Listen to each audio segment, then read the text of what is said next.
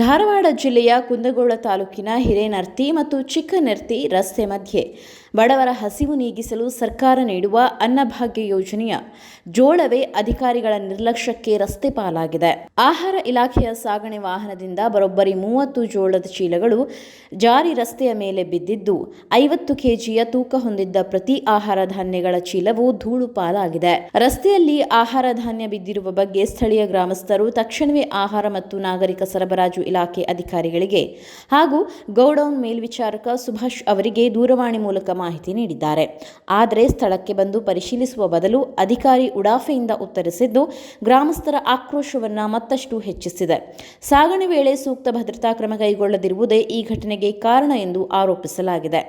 ಬಡವರಿಗಾಗಿ ಮೀಸಲಿಟ್ಟ ಆಹಾರ ಧಾನ್ಯವನ್ನು ಸುರಕ್ಷಿತವಾಗಿ ಗೋದಾಮಿನಿಂದ ಪಡಿತರ ಕೇಂದ್ರಗಳಿಗೆ ತಲುಪಿಸುವ ಜವಾಬ್ದಾರಿ ಆಹಾರ ಇಲಾಖೆಯದ್ದಾಗಿದೆ. ಹೀಗಾಗಿ ಜಿಲ್ಲಾ ಮಟ್ಟದ ಹಿರಿಯ ಅಧಿಕಾರಿಗಳು ತಕ್ಷಣ ಸ್ಥಳಕ್ಕೆ ಭೇಟಿ ನೀಡಿ ಪರಿಶೀಲನೆ ನಡೆಸಬೇಕು. ಸಾಗಣೆಯಲ್ಲಿ ಭಾರೀ ನಿರ್ಲಕ್ಷ್ಯ ವಹಿಸಿದ್ದ ಏಜೆನ್ಸಿ ಹಾಗೂ ಉಡಾಫೆ ಉತ್ತರ ನೀಡಿದ ಅಧಿಕಾರಿಯ ವಿರುದ್ಧ ಕಠಿಣ ಕ್ರಮ ಕೈಗೊಳ್ಳಬೇಕು ಎಂದು ಸ್ಥಳೀಯರು ಒತ್ತಾಯಿಸಿದ್ದಾರೆ.